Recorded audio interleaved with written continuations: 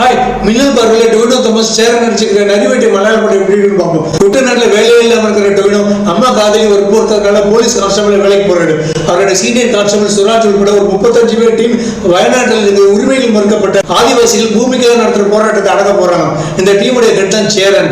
40 நாட்கள் ஆகி போராட்டம் நீடிக்கிறதுனால இதுல மாவோயிஸ்டுகள் பங்கு இருக்குமோன்னு சந்தேகப்பட்டு ஹாஸ்ட் டீமை வரவழைக்கிறார் சேரன். எல்லாரும் காட்டுக்குள்ள மாவோயிஸ்டுகளை தேடி போகும்போது சுராஜ் மிஸ் ஆகி ஒரு அருவி பாறையில செத்து கிடக்காரு. அதனால உக்கிரமாகிற கேரள அரசோட எச்சரிக்கையை மீறி தங்களோட நிலத்துக்கான போராட்டத்தை தொடர்றாங்க ஆதிவாசிகள். அதுக்கப்புறம் ஜெயிச்சது யாரு, ஆதிவாசிகளா இல்ல போலீஸ் படையா? இதுல டொவினோட பங்கு என்ன விறுவிறுப்பா சொல்ற படம் தான் நரிவேட்டை. டொவினோ தாமஸ் ஆரம்பத்துல வேலைக்கு போன எஸ்ஐயா தான் போவேன், கான்ஸ்டபிளால போக மாட்டேன், வீட்டு நிலத்துல விவசாயமா பண்ண மாட்டேன்னு அம்மா காதலியோட தேவையோட வாழ்ந்த சீன்கள், உள்ள அவமானம் தாங்க முடியாம கான்ஸ்டபிள் வேலையை விருப்பம் செய்யற காட்சிகள், தனக்கு எப்பவுமே சப்போர்ட் பண்ணி தன்னை மோட்டிவேட் பண்ண சுராஜ் இறந்ததுக்காக கதற சீன்கள், அவர்கிட்ட ரொம்ப அப்பாவியா கேள்வி கேட்கிற சீன்கள், பின்னால தன்னை அடக்கின அதிகார வர்க்கத்துக்கு எதிராக பொங்குற சீன்கள் சூப்பரா பண்ணியிருந்தாரு. அடுத்து மலையாள சினிமாவுக்கு புது முகமா கமாண்டிங் ஆஃபீஸரா சேரன் தமிழ்ல இருந்து மலையாளத்தில் சப்சாரிச்சு நல்லா பண்ணியிருந்தாரு. அதே நேரத்தில் ஒரு வித்தியாசமான டிரான்ஸ்பர்மேஷன் எடுத்திருக்காரு சேரன், பார்க்க நல்லா தான் இருந்தது.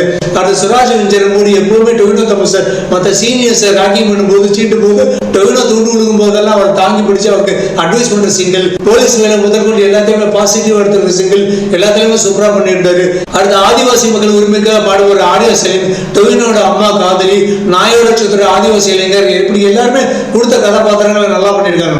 Director Anuraj Manohar 2003 AK Antony CM இருந்தப்ப கேரளா வயநாட்டில் முத்தங்காங்கிற கிராமத்தில் நடந்த போலீஸ் ஆதிவாசிகளுக்கு இடையான ஒரு மோதலை தான் படமா எடுத்திருக்காரு. ஸ்கிரீன் பிளே எழுதினவர் அபின் ஜோசப். உண்மை சம்பவங்கிறதுனால ஹீரோயிசம் அதிகமா இல்லாம நம்ம எதிர்பார்த்த மாதிரி ஆன விறுவிறுப்பா சொல்லியிருக்காங்க. நாயகன் கதாபாத்திரத்தை விட சுராஜ் சேரனுடைய கேரக்டர் ஸ்கெட்ச் சூப்பரா இருந்தது. கேமராமேன் விஜய் வயநாடு மலை பிரதேசங்கள், காடுகள், ஆதிவாசிகளுடைய பாட்டு, டான்ஸ், குட்டநாடு காயல்கள், போட்டு எல்லாத்தையும் படம் பிடிச்ச விதம் அருமையா இருந்தது.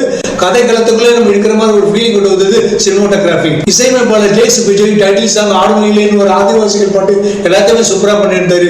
அதே மாதிரி பிஜிஎஸ் வரைக்கும் முக்கியமான காட்சிகள் அருமையா கை கொடுத்திருக்கு.